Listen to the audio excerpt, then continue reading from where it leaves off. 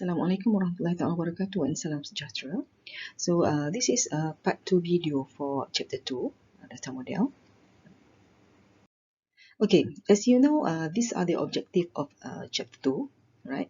So in part 1 video, we have covered data models and the importance of data model, okay?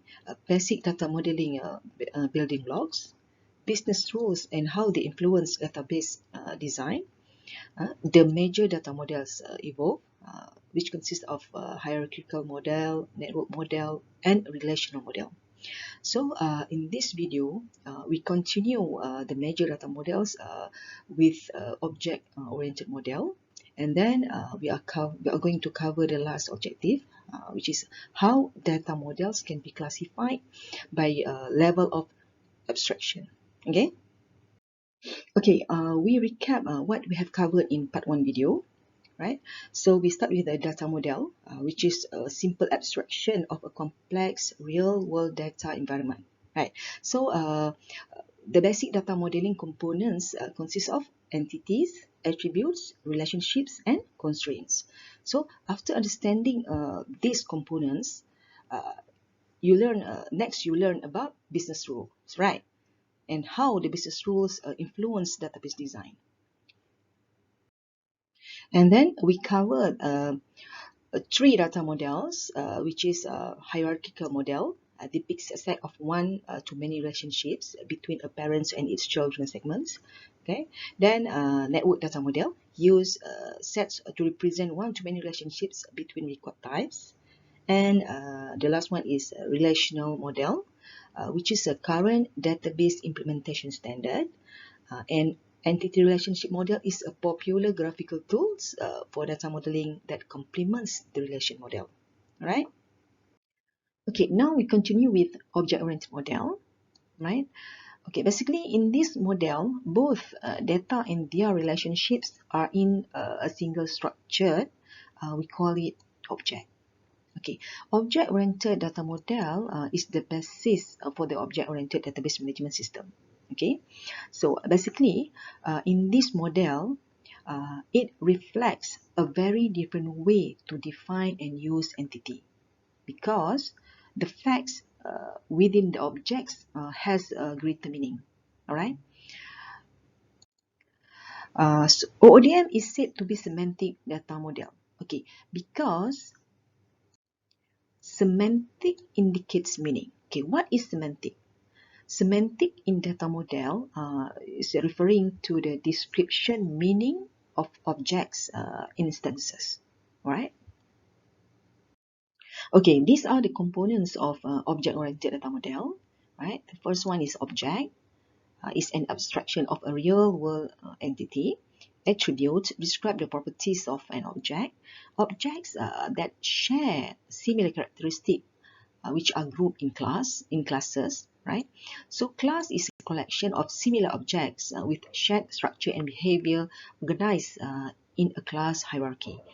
And what is class hierarchy? Class hierarchy resembles an upside-down tree in which each class has only one parent. Okay. Okay, as mentioned in the previous slide, classes are organized in a class hierarchy. Okay. Inheritance is the ability of an object within the class hierarchy to inherit the attributes and methods of class above it. Okay. Unified modern language is basically this is the language base of object-oriented concepts, right? That describes a set of diagrams and symbols that can be used to graphically model a system. Okay. Okay. Basically, this figure illustrates the object representation for simple invoicing problem. Okay. So in object representations, the invoice includes all related objects, okay, within the same object box with the one-to-many relationship. And UML class diagram use 3 separate object classes, which is customers, invoice, and line. and two relationships to represent this simple invoicing problem. Okay, these relationships. Okay, next is entity relationship model that you have learned. All right. So also use three separate entities. Okay. Uh, and two relationship to represent the simple invoice problem. All right. Okay, next is extended relational data model, ERDM. This is basically another semantic data model developed in response to the increasing complexity of application, right?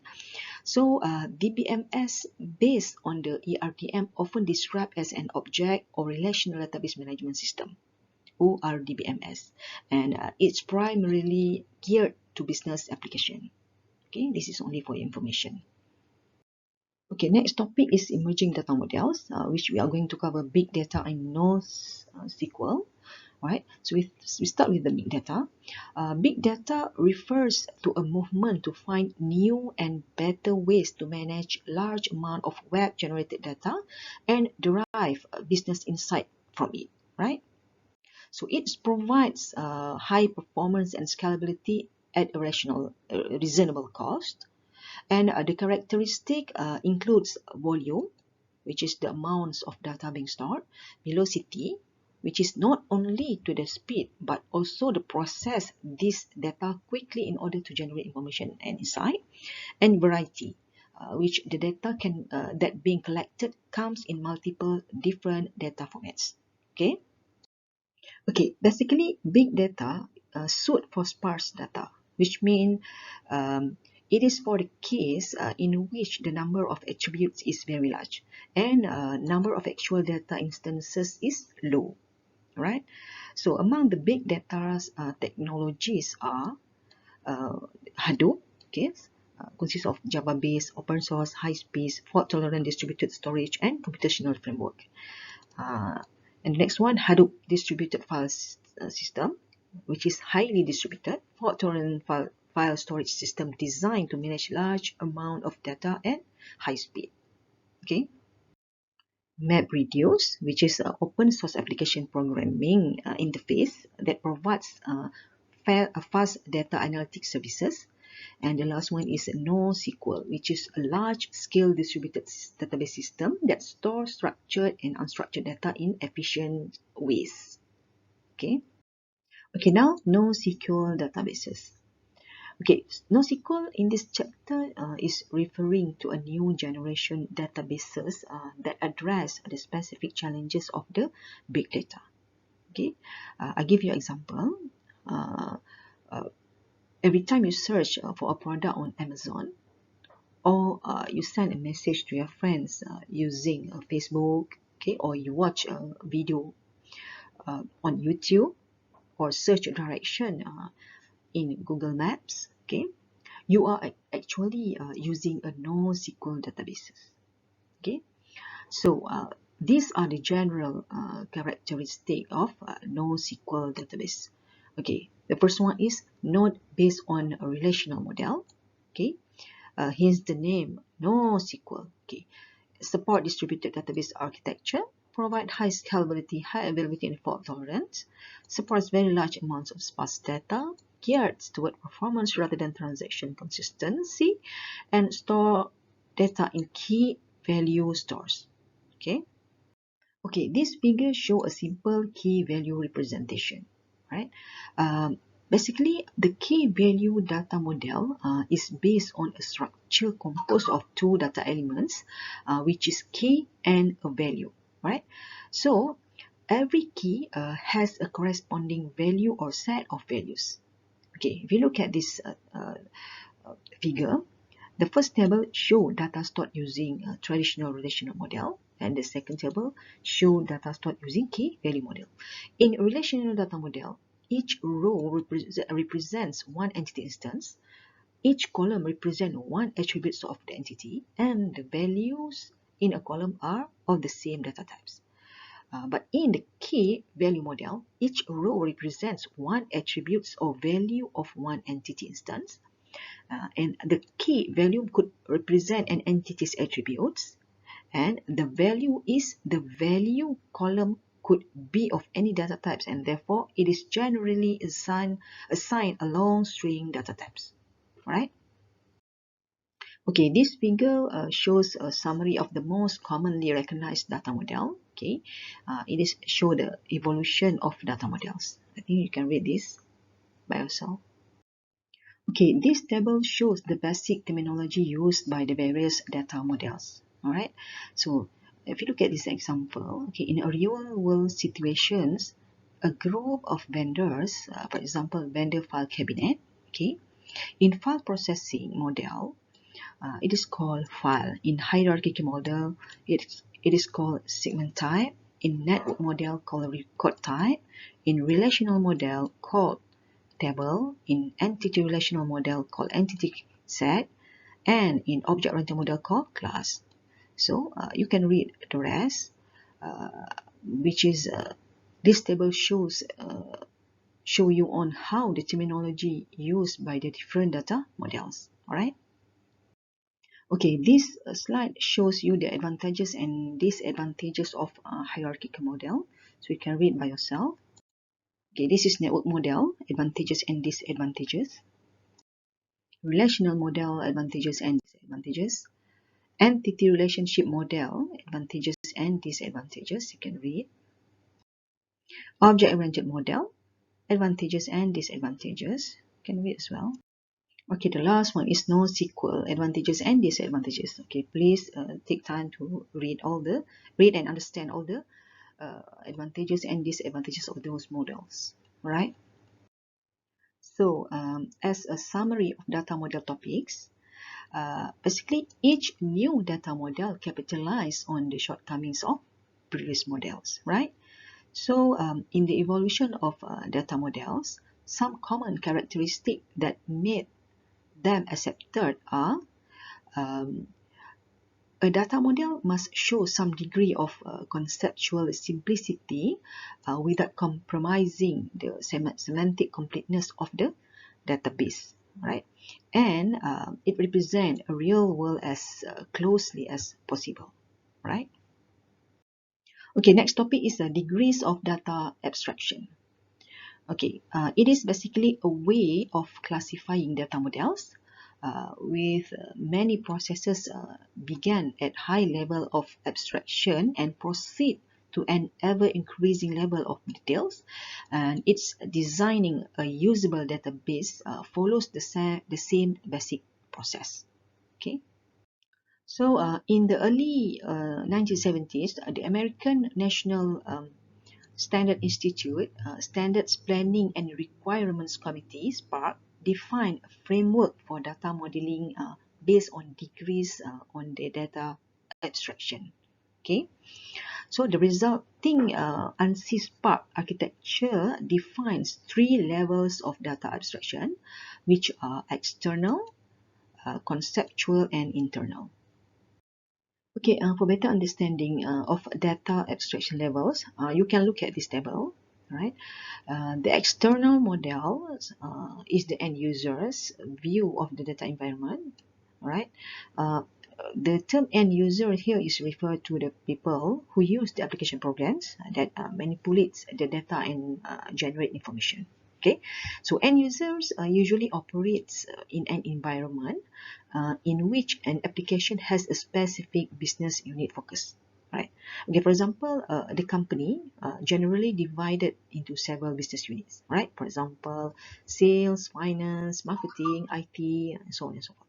So each business unit is subject to specific constraints and requirements, and each one use a subset of the overall data in the organization. Okay, so I think next slides will explain further on each components of this figure, right? Okay, the external data, the external model, which is end user's view of data environment, requires that the modeler subdivide set of requirements and constraints into functional modules that can be examined within the framework of the external models. Entity relationship diagrams are used to represent external views, and external schema, which is a specific representation of an external view. Okay. So the advantages of external model: it is easy to identify specific data required to support each business unit's operations, facilitates designers' jobs by providing feedback about the model's adequacy. Creation of external models helps to ensure security constraints in database design and simplifies application programs development. Okay, this figure illustrates the external model's view for data environment of Tiny College. Okay, so it presents the external schemas, which is student registration and class scheduling. Okay, basically each external schema includes the appropriate entities, relationships, processes, and constraints that imposed by the business units. Right. So if you notice, although the application views are isolated from each other, okay, each view shares a common entity. For example, here is course and classes. Okay, they are sharing the same entities. Okay. Okay, next is the conceptual model, which represents global view of the entire database by the entire organization. Okay, a conceptual schema is the basis for identification and high-level description of main data objects. Logical design is a task of creating a conceptual data models. It is most widely used by the entity relationship model. Okay. Okay, this is the example of a conceptual model that represents a global view of the entire database of Tiny College. Right. So, in conceptual model, it provides a relatively easily understood macro level view of data environment. So, and independent of both software and hardware, which is does not depend on DBMS software used to implement the model, does not depend on the hardware used in implementation of the model, and the changes in its either hardware or DBMS software have no effect on the database design at the conceptual levels. Okay, next is the internal model, which representation of the database as seen by the DBMS maps the conceptual model to DBMS. An internal schema depicts a specific representation of an internal model, right? So software dependent and hardware dependent, and a logical independence, which is changing internal model without affecting the conceptual model. So this figure shows a simplified version of the internal model for Tiny College. Basically, the internal model was implemented by creating a table, processor, course, class, student, enroll, and room, right? Okay, now is the physical model. It operates at the lowest level of abstraction, describing the way data are saved and storage media such as disks or tapes. Software and hardware dependence requires the database designers have a detailed knowledge of the hardware and software used to implement database design. So physical independence, changes in physical model do not affect internal models, right? So this table shows a summary of the levels of data abstraction of a physical model. Okay, you can read this. Okay, as a summary of this part 2 video, object is the basic modeling structure of object-oriented data model, right? The relational model has adopted many object-oriented extensions to become the extended relational data models, ERDM, and data modeling requirements are a function of different data views, which is global versus local, and level of data abstraction. Okay, that's all for chapter 2. Thank you.